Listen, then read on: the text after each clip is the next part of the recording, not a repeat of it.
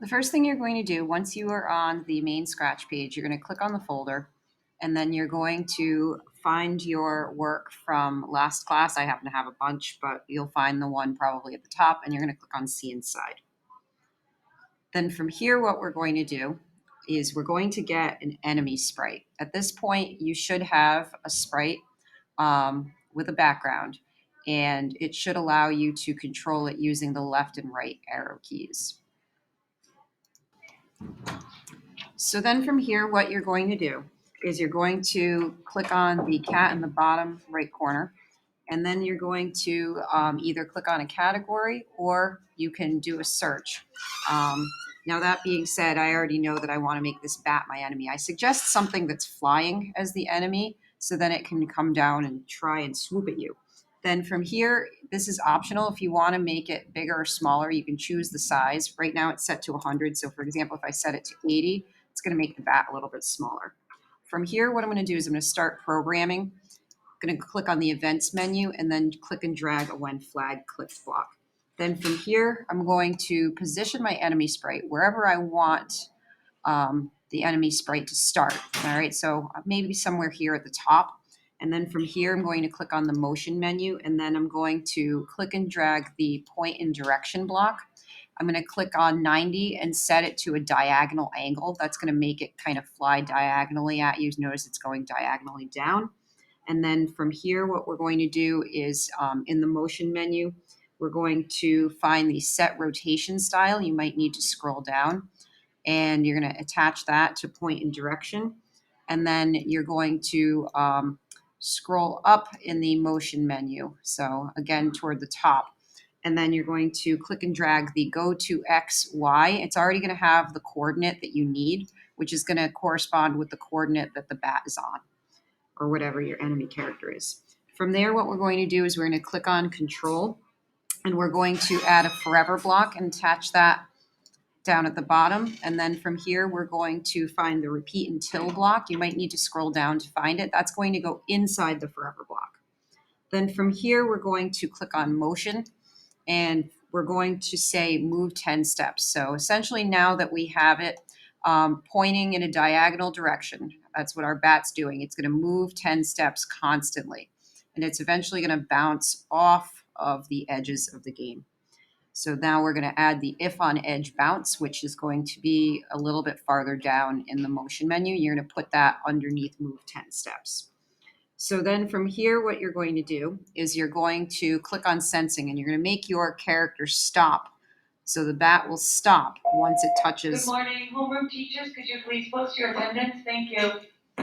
All right, you're going to make the bat stop when it hits the bear. And you're going to do that by clicking and dragging the touching mouse pointer block inside the hexagon and repeat until, but you're going to click on the drop down arrow and choose the name of your character. So what's going to happen is, see, just like this, if we hit play, it stops if it hits the bear. Now, that being said, if I were to move out of the way, it'll bounce off the edge. Then from here, what you're going to do is you're going to click on the variables menu, and we're going to make a health variable so that our character loses health when it gets hit by the enemy. So you click on make a variable, and then you're going to type in the word health and then click OK. From here, you're going to click and drag the set health block to go up at the top of the code, not quite at the very top, but underneath when flag clicked. And then decide on how much health you want your character to have. So for example, when I set it to 20, you can set it to 50 or whatever, 100.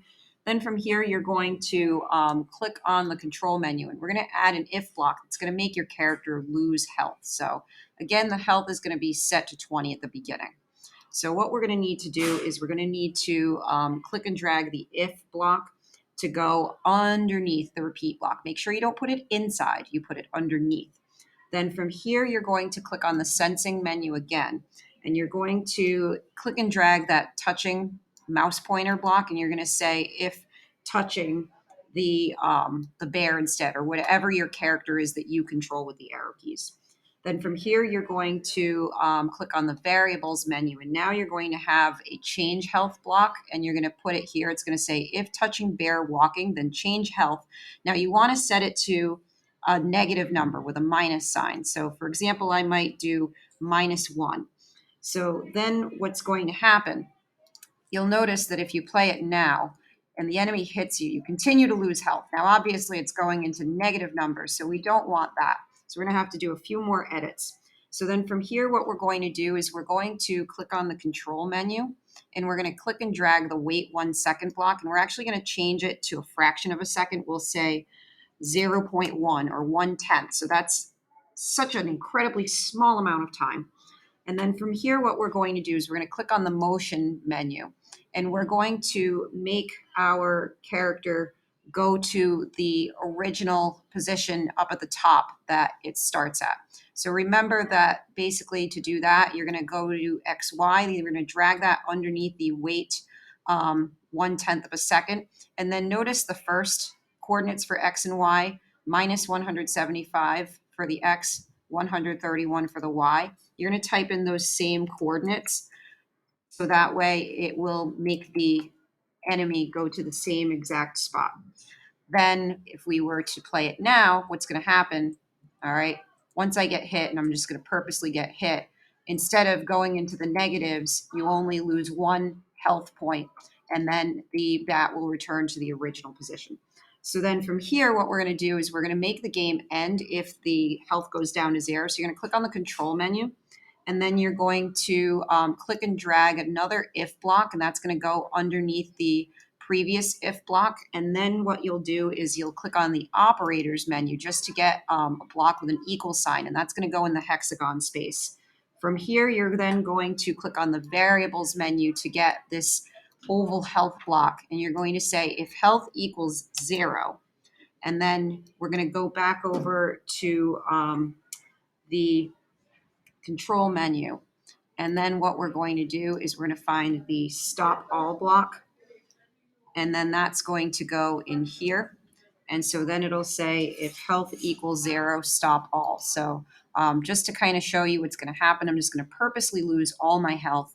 So you would be able to continue playing the game until your health is 0. Now you're going to notice that you don't have any way to score points yet, but that's going to be what we cover in the next assignment.